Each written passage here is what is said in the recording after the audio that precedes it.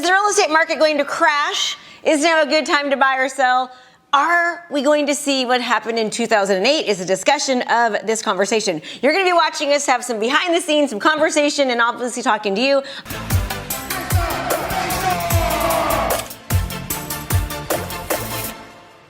Okay, so we're doing this right now because people are freaking out about the market. We keep getting asked, Krista, Josh, Debbie, is it a good time to buy? Is it a good time to sell? What should I do right now? As we know, right now in the news, all we hear about is the negativity, the recession, the war, interest rates, inflation. Inflation is at an all-time high more than the past 41 years as of right now. So people are really, really fearful. So this conversation today is just going to be helping you understand, like, what should I do and to help you make a best decision. Of course, you can always call us after. So where are we at?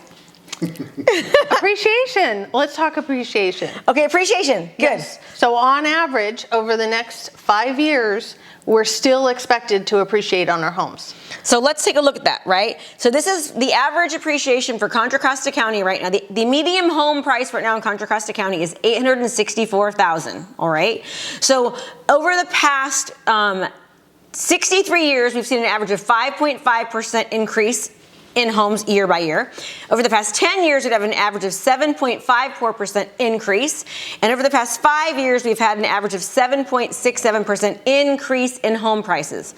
The cumulative for over the past year has been 7.65, and over 5 years, 29.44%, which is a lot. A lot. So, I mean, that's historically not normal, correct? Right, right. Okay. So, Josh, you were talking earlier, and we were saying about, your thoughts on sellers are worried right now. Oh my gosh, the sky's falling. I'm losing. Right, the sky's falling. But just kind of what you said with regards to appreciation is we've seen appreciation of basically 30% in the last 5 years on average. What's that mean is the sellers have grasped all this value. And so now we're seeing, hey, interest rates are going up a little bit, but they've still gotten that, tons of value. Right. So we were They've made a lot of money on their home. They've made a lot of money. You've made hundreds of thousands of dollars in the last 5 years on your home. So if you're thinking about selling, yes, it still is a really good time to sell. What are we seeing? Right, Debbie? We chatted this week, this week, all the time, about interest rates and what can a buyer do and what can a seller do to keep a buyer in contract. What were you saying about that? So this is really important to listen to everyone, right? So buyers are finally in a position where they can purchase a home. Now the difference is that in the past 2 years, we've had bidding wars, multiple offers. You had to remove every contingency under the sun to get a property. We've seen homes sell for $50,000. $75,000, $120,000 above list price, and we've had people put down the difference in cash. So that's not happening now, which is a great thing for a buyer. Now sellers are worried because, oh my gosh, I should have sold 6 months ago, but you've made so much money. So let's talk about the advantages of a buyer right now in this market and how a seller can still capitalize on selling with just doing things a little bit differently. Debbie. So I've been talking to all of my buyers about potentially using a 2% closing cost credit so that they can buy down their rate. So rather than having the seller lower the price by, let's say a buyer is going to buy a house for $650,000. Instead of that seller lowering the price by $10,000, instead we can do a 2% credit towards their closing cost credit. It saves them, if the seller were to lower the price by $10,000, it saves them $54 a month versus giving a 2% closing cost credit to help lower the rate. It's going to save them $297 a month. And here's why that's important, because the buyers, when you give a closing cost credit to buy the interest rate down for the buyer's payment goes down, so the buyer has more affordability. Yes. Buyer is winning, and so is the seller. So, and that in that regard, that's only a 1 point buy down, right? So, in this market, things are starting to soften a bit. Yeah. So if you go for a 1 point, 1.5 point, maybe even a 2 points, right? Instead of lowering a house, say 750, 800, 25 or 30 grand, you do a 2 point buy down, and it's double that. You're looking upwards of $600 or $700 that a buyer's going to save per month. So if you do that on a 1 or 2 years, they're at a 4%, 3.5%. Who knows what that's going to be? But it's going to save them. It's going to keep a buyer in contract. seller wins, and so does a buyer. Right. Now, let's be realistic. That does not mean that right now as a seller, you're not going to have to think about still reducing your price and also even still giving a credit. And I don't want to be sounding all doom and gloom. I'm just being very honest with you. We have had more price reductions in the past month than we've had in the past 8 months. So right now, the market's just normalizing. Now, people are so worried about the interest rates. Oh my gosh, they're 5%. That's still so low, right? Having a 3% interest rate is historically not normal. We are just normalizing. The market is not crashing. The market is normalizing. Right. But what makes it difficult for a buyer is the fact that we have seen so much appreciation, almost 30% over the past 5 years, that houses have gone up so much that it's harder for a buyer to qualify now. So that's the difference, right? So that's a great option, buying down the interest rate. And I think too, as a buyer, what they really have to wrap their heads around is that your cash flow today may be a little bit lower. It may be cheaper to rent if you're just looking at today, which is easy to do, right? Absolutely. So it's super easy to do. However, you have to look at your future. Right. And here, especially in California, you cannot be building wealth and getting ahead if you're not owning real estate.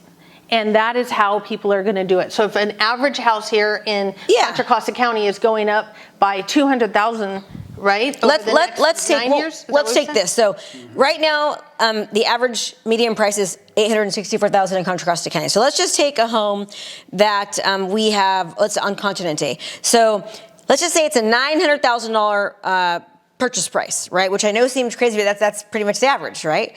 So if you were to rent that property every single month, you would be paying for rent on the property about $5,200 a month. All right. Now, to buy the property, you would be paying about $5,500 a month. So it's a little bit more to own the property. But then you have to think about, you have the appreciation, the anticipated appreciation. And believe it or not, it's quite substantial. They are anticipating, we'll go over that in a second, what the anticipated increase is going to be. But you're also going to be able to have the tax advantage of owning a home and writing off the interest. Obviously, talk to your accountant, talk to your financial advisor about that. We are not accountants, but there is a advantage. And like even back, you, Debbie, yes, you were just saying how with you owning a home, you bought a house when? In 2020. And what were you told when you bought the house? Everyone was worried about the market because we were at the beginning of the pandemic. Most people were hunkering down. We were out looking for homes. So most people were telling us, are you crazy? Now's not the time. But we needed a place to live. So we were out looking for a home. We ended up buying at the bottom of the market. If you look at a graph today, the month and the year we bought was the best time to have bought a home, but nobody knew it at the time. Nobody knew. And now what's happening with your taxes? So you talk about your taxes. Oh, yeah. So you're able to write off. I'm not a tax person, right? Not to say that. None of us are. None of us are. But you can write off your interest on a loan right now up to $750,000, and then write off your property taxes, all get factored in. And so, yeah, it was the first time I've ever been able to get a tax refund over the last 6 years. So she got money back over the past 6 years. On one of my best years. I'm a mortgage lender, so I was very busy. And on one of my best years, I was able to get. So you made the most amount of money, and you actually, for the first time in 6 years, were able to get money back on your taxes. Because I owned a home. And you also got to remember too, as a buyer, as a renter, you're paying $2,800 a month. The next year it goes up to $2,800, $2,850, $2,900. You're up to $3,000, and in that 5 years where you would have gained appreciation by getting into the market, instead, your $2,800 house payment is now $3,500, so you're paying $700 more a month, right? That's $7,000. It just keeps going, where if you're on the sidelines not wanting to get in, it's costing you money in that long run, depreciated over many years. Yes. Because I'll tell you, my house has way outperformed my 401k, right? Oh yeah, for sure. For sure. And rents have just gone up. I know when They you just said keep going up. $5,200 to rent that house, I was, it kind of made me catch my breath a little. But there's a house down the street from me. I'm in Shadow Lakes that's for rent for $4,500. Wow. That's so much money. So we're going to show this graph too right here, appreciation after 9 years. Now, and I mean, you're almost, so if you were to it's to purchase. The forecast is that you're going to make about 6.26% total when you own a home. So the historical over the next 9 years. So 6.26% each year over the next 9 years. Historically, it's been about 5.5%. So if you purchase a home at $900,000, you're going to your $900,000 house is going to turn into $1,457,000. Right. So you're basically making, that's almost what that's over, that's around $550,000 over the next 9 years that you'll make. So we should have started this video on like, do you want to make $550,000? Right. Like or even half of that. Or even half of that? Let me stick around, we'll show you how. Krista, you're probably, of all of us, I don't know, maybe not you, but how much are you making on your savings account? Are you making 6%? No, I'm not making anything. Yeah, nobody makes any money on their savings account. I'm not making anything. Maybe 2% if you have a CD. Right? Oh, so look at guys and gals, people. So on a $900,000 home, the forecast average per year is around $72,000 a year that you'll make right now in this market with everything. Now, this is a forecast from expert real estate experts, expert economists. They're not just people saying, they're people that actually study the market, study historical trends. You'll make around $72,000 a year. That's the forecast each year. Now, historically, it's been around $61,000, almost $62,000. So here's what we want to kind of say to you is that, sellers, do you feel like you missed the boat a little bit? Maybe you have a little bit, but really you haven't. If you look at what you've made over the past 6 years, you have gained historically way more than normal. And we all knew that at some point things were going to have to settle down, right? Buyers. Now let's talk about buyers. Over the past several years, in order to get a home as a buyer, you had to sell your children, sell your soul, remove all contingencies, go way above list price. No, Out-of-pocket appraisal. Out-of-pocket appraisal. I mean, you paid way more than the home was worth. So let's just do the math. And this has happened to us several times over the past couple of years. Yeah, let's do this. Okay, I want to put this into perspective for you as a buyer, all right? So in the past, you were paying $30,000 more, in most cases, out of pocket to get a $500,000 home because of all the competition. Over the appraisal. Over the appraisal. Out of pocket. Right, out of pocket. Not getting that back. So that's $30,000. Well, right now, you have to pay $600 more a month, okay?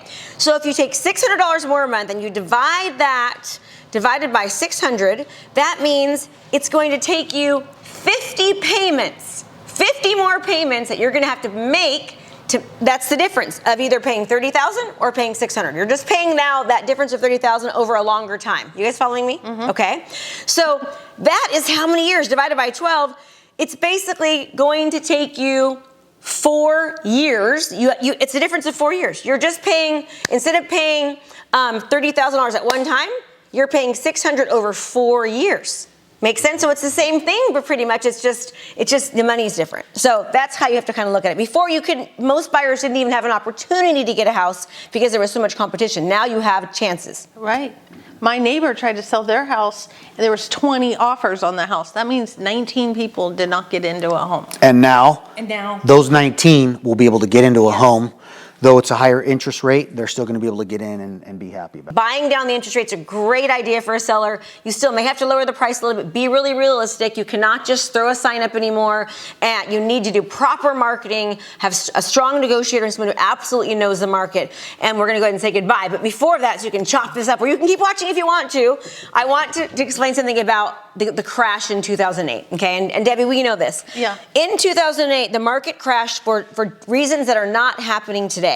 In 2008, they were giving loans that were stated income loans, which means that you could get a loan without supplying taxes, calling the employer, showing how much you made. That you would just say, I make this much money, and you'd be able to get the house, okay? That's not happening anymore. That's a huge reason why we had the crash. Also, another reason why we had the crash was because they were selling D paper, loans that were D and F paper. They were selling them off as if they were A paper, all right? Another reason. That's definitely not happening anymore. And lastly, homes were appraising from 1 week to the next. You'd have the same exact home on the same street with the same specs that would, in the same weeks, sell for $100,000 more than the last house. That's not happening anymore either. So, right. The lending requirements are different. And lastly, one last thing I wanted to talk about. There is more equity in homes right now than there has been in a very, very long time. There are more homes right now that are completely paid off, that have no mortgage at all, that there have been in a very long time. The market, I would be shocked if it crashed. Is it going down? Absolutely yes. Have we seen it go down in the past 30 days? Yes, we have. All those things are happening, but it's just normalizing. And I want to say who you use matters, because I will tell you, as I work with buyers, but a lot of them have to sell a home, they need a listing agent that's going to advertise their home, that's going to bring in people from other markets, that's going to use digital marketing, that knows how to negotiate, that's going to talk to you honestly. So I know a lot of times people want to use their cousin, their friend, whatever. This is not the market for it. You can no longer just put your house on Zillow, because in most cases, my clients need to sell that house in order to go buy the next house, right? Yeah. So I tell my sellers, my buyers, but sellers, who you use matters. Make sure you're interviewing your listing agents, using people that are going to use digital marketing and all of the things to get your house sold. And we have a book that we're going to supply. We'll put a copy of a book up. You can get a copy of it. It tells you what questions you should ask, what you should look for. It's like if you want to get brain surgery, you're not going to go to the general practitioner. You're going to go to the brain surgeon, right? Somebody who actually knows how to do it. I've been in the business for over 20 years. We've sold over 2,300 homes combined. We know this market. We live, eat, breathe, sleep it. We're experienced. And, the things that we have seen from unexperienced agents is really, really scary. Yeah. It's so easy to enter the real estate market as a real estate agent. It takes, not a lot of time. It takes more time to become an esthetician than it does a real estate agent. And you're dealing with your most valued asset. So many people are like, I'm worried about paying a 0.5% in commission, whereas we've been able to show that we sell our homes on average of around $166,000 more dollars than our competitors do, based upon our experience, our negotiation, our expertise. So really be careful who you hire. It does matter. And this is a real estate transaction is one of the most complex transactions that you will ever deal with. And there are so many things that can go wrong because there's so many parties, and you need somebody who is proactive and vigilant and experienced to protect you and your most financial asset. Right. And just make sure that you just talk to agents that know the market, like Krista's saying, and know what's happening right now.